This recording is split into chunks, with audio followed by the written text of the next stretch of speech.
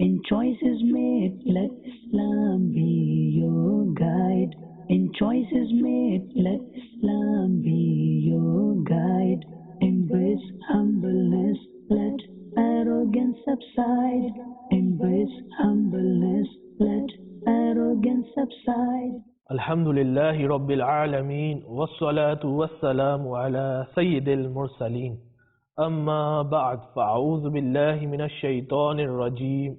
Bismillahir Rahmanir Rahim. As-salatu wassalamu alayka ya Rasulallah. As-salatu wassalamu alayka ya Habiballah. As-salatu wassalamu alayka ya Nabiyallah. Wa ala alika wa ashabika ya Nurallah. Dear viewers of Madani Channel, welcome to our series, Right or Wrong. Alhamdulillah, in this series we are talking about different ways of helping us achieve our purpose in life. We are talking about different actions which we should be doing, i.e. the right, and how these link to our purpose in life. And we are talking about different actions which we should be avoiding, i.e. the wrong, and how staying away from these helps us achieve our purpose in life. We have only been created for this purpose, that we worship Allah Almighty. So as Muslims, our purpose in life is to worship Allah Almighty. The reason humans have been created is to worship Allah Almighty. In today's episode, we will be talking about self-accountability and the importance of doing it.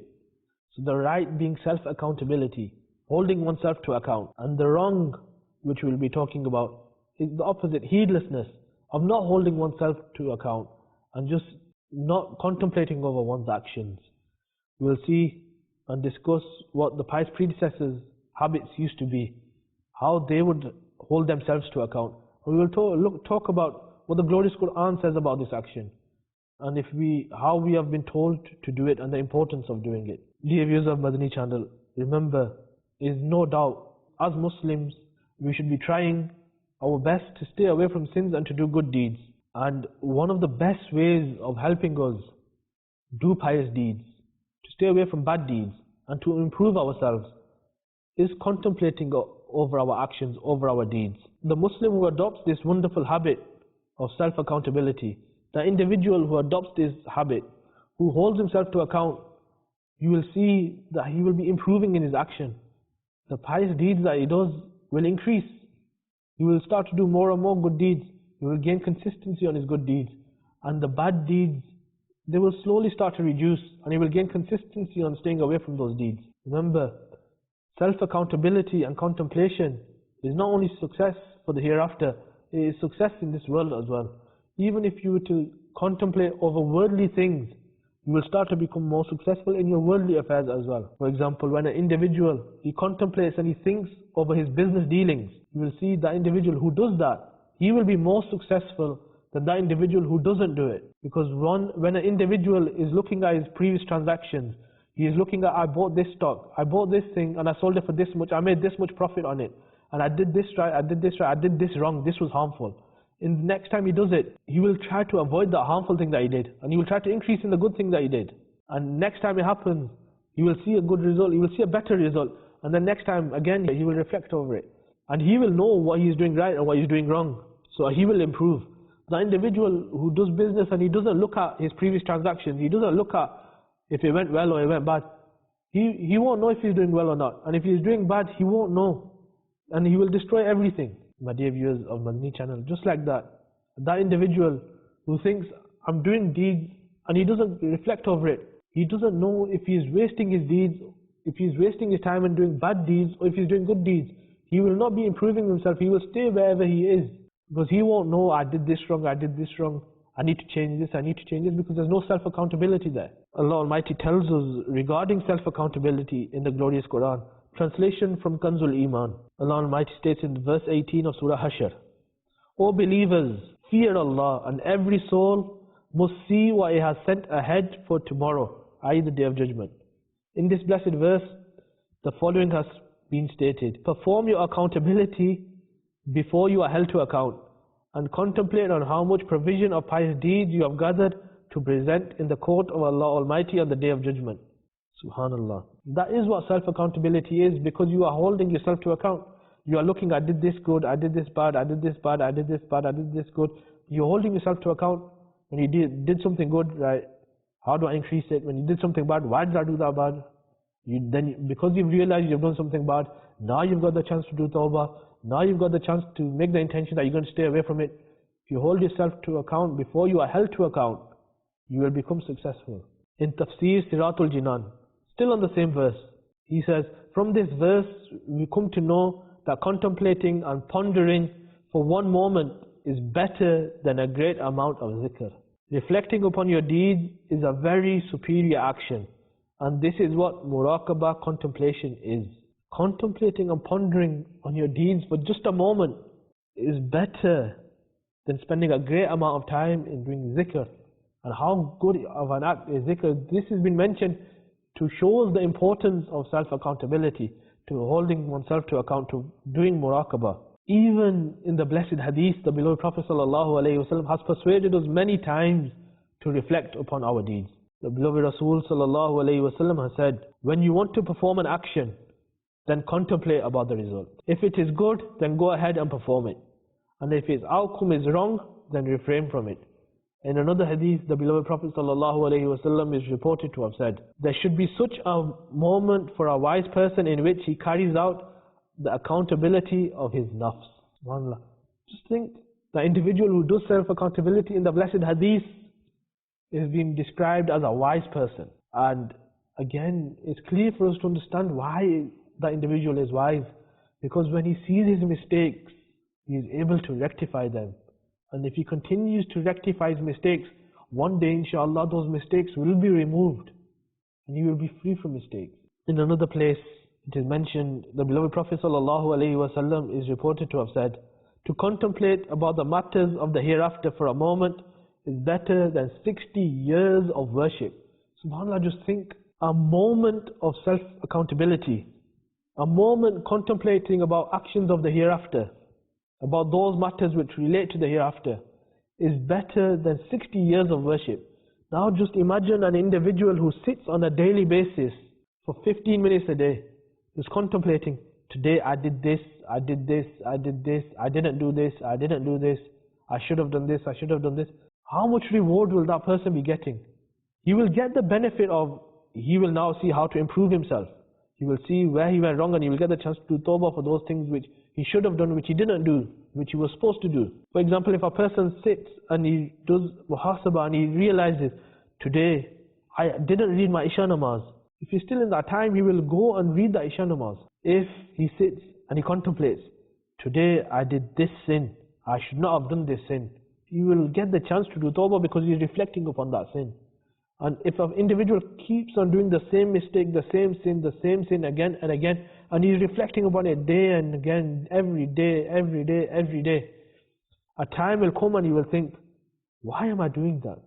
And the time will come, because of him reflecting so much on it, he will be given the chance to do tawbah inshallah and to rectify himself. Self-accountability, it develops this mindset of preparing for death. How does it prepare one for death? Like we've heard, hold yourself to account before you are held to account. When will you be held to account? After death. So, holding oneself to account is preparing for death as well. It reminds one of death. And when an individual, a wise individual, is reminded of death, he feels sad and upset about the sins he has committed. He tries his best to stay away from sins. The reminder of death makes a person soft. It makes their heart soft. It gets rid of the harsh and hard-heartedness inside an individual. May Allah Almighty allow us all to become those people who hold themselves to account and free us from this illness of heedlessness. What is self-accountability? Sayyidina Imam Ghazali rahmatullahi ta'ala alayh, he writes in his famous book Ihya'ul Ulum, that contemplation that is done in order to recognize the abundance of actions and the increase or decrease in actions is known as accountability. If a person recalls all of the actions that he carried out during the day so that he can come to know if they are more or less, this is accountability. I.e., he's looking at his good deeds, if they've increased or not. If he's looking at his bad deeds, did I do any bad deeds, have they increased or not? This is accountability. Alhamdulillah, Amir Ahl Sunnah, the founder of Dawat Islami, the pioneer of Madani Channel, he constantly encourages us to analyze our actions. A person should ponder and reflect over his actions of his life on a daily basis. And that individual who does it on a really daily basis, who gains steadfastness over it, he will be like that individual who is following in the footsteps of our pious predecessors. Because as we will listen, as we will hear, our pious predecessors used to hold themselves to account on a daily basis, and it was a means of success for them. And inshallah, in following them, it will be a means of success for us as well. He mentioned Sayyidina Anas bin Malik radiallahu ta'ala anhu. He states that I went to a garden and there I heard the voice of the second Caliph of Islam, Amirul Mu'mineen, Sayyidina Umar Farooq radiallahu ta'ala anhu. There was a wall between us both, and he was saying, Umar, the son of Khattab, and the rank of Amirul Mu'mineen. How great indeed, O Umar. Continue to fear Allah Almighty, otherwise He will give you a severe punishment. O devotees of Rasulullah sallallahu alayhi wa sallam. O devotees of the blessed companions radiallahu ta'ala anhum, ponder. The second Caliph of Islam, Amirul Mu'mineen, Sayyidina Farooq Azam radiallahu ta'ala anhu. He was a companion of the beloved Rasul sallallahu alayhi wa sallam. This is that Farooq Azam whose shadow the shaitan would run away from. This is that individual who was given glad tidings of paradise by the beloved Prophet sallallahu alaihi wasallam. Sayyidina Umar is that individual who our beloved Prophet sallallahu alaihi wasallam, he made the following dua: O Allah, grant honor to Islam through Umar bin Khattab radiyallahu ta'ala anhu. And Sayyidina Umar is that individual in accordance to whose opinion verses of the glorious Quran were revealed. Despite having such a high rank, despite having such a high status and great status, the second Caliph of Islam, Amirul Mu'mineen, Sayyidina Umar radiallahu ta'ala anhu, he is contemplating over his actions and he is advising himself, O Umar, continue to fear Allah Almighty. That great personality, Sayyidina Umar radiallahu ta'ala anhu, when his self-accountability was such, then what can be said about the level of self-accountability that we should have? Sayyidina Umar radiallahu ta'ala anhu had such a great rank, and we are those sinners who are doing countless sins on a daily basis. If Sayyidina Umar is performing self-accountability to this level, what should be the level of self-accountability that we should have? My dear viewers of Madani Channel, is a point to reflect upon. Now let's listen to another incident of a pious person of Allah Almighty and how he too would hold himself to account. Sayyidina Tawbah rahmatullahi ta'ala alayhi, he began to take himself to account one day and calculated that his age was 60. So he started thinking about his actions, holding himself to account, and he calculated that his age was 60. He then calculated the number of days this was, which came to 21,500 days. He screamed and said, Alas, if I had committed one sin for every day, just one sin, that means I will meet Allah Almighty with 21,500 sins. Allah. And if I committed 10,000 sins a day, so imagine the sin that I would have. After saying this, he fell unconscious with this thought that just imagine I did one sin every day, this is how many sins I would have. He fell unconscious, and through the unconsciousness he passed away. The people heard someone saying about him, O person, go to Firdaus al-A'la. Subhanallah.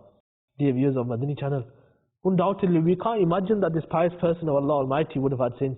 Such a pious person, O devotees of the Rasul sallallahu alayhi wa sallam, we have been given a great gift. A gift called the Pious Deeds booklet. This booklet, this great gift, is a means by which we can all perform self-accountability on a daily basis easily. This gift from Amir Ahl Sunnah, Damat Barakatum al-Aliyah, it will help us follow the footsteps of our pious predecessors. This booklet is a way of us contemplating of the deeds that we should be doing on a daily basis, and it helps us to understand deeds which we should be staying away from. Now, for those individuals who don't know what this Pious Deeds booklet is, this booklet, it has yes or no questions in there. Today, did you do this? Did you stay away from this? Did you do this? Have you done this? Did you stay away from this? And all the questions are yes or no questions, and you either tick yes or no. If you did it, yes. If you didn't, then no. And through this, an individual can do his own muhasabah. his own self-accountability. For example, one of the deeds mentioned in that booklet is, today, did you make good intentions before doing an action? And if an individual ticks no, and he ticks no again, and he ticks no again, and he ticks no again, there will come a point where he will think, I'm keep on ticking no to this, why don't I just start doing it? Because the action is repeated to him again and again and again, when he is doing his own self-accountability, a time will come and he will think, I'll just do it. And then he will tick yes. And if he keeps doing it, it will become a habit for him. That's one benefit of this Pious Deeds booklet. So my dear viewers of Madani Channel, I would urge all of you to buy this booklet. Or if you cannot buy this booklet, you can download it for free off the website of Dawat-e-Islami. And good news for all the viewers of Madani Channel. All those who wish to perform this Pious Deeds booklet, to perform self-accountability, this is now available on app stores as well as an app. So you can download it as an app. Every day you can open it. Just flick through ticking yes or no to those questions. And in 15 minutes you will complete this task of self-accountability. And inshallah Azza this will be a means for success in this world and in the hereafter as well. Sallu ala al-Habib sallallahu ta'ala ala Muhammad sallallahu alayhi wa sallam. In choices made, let Islam be your guide. In choices made, let Islam be your guide. Embrace humbleness, let arrogance subside. Embrace humbleness, let arrogance subside.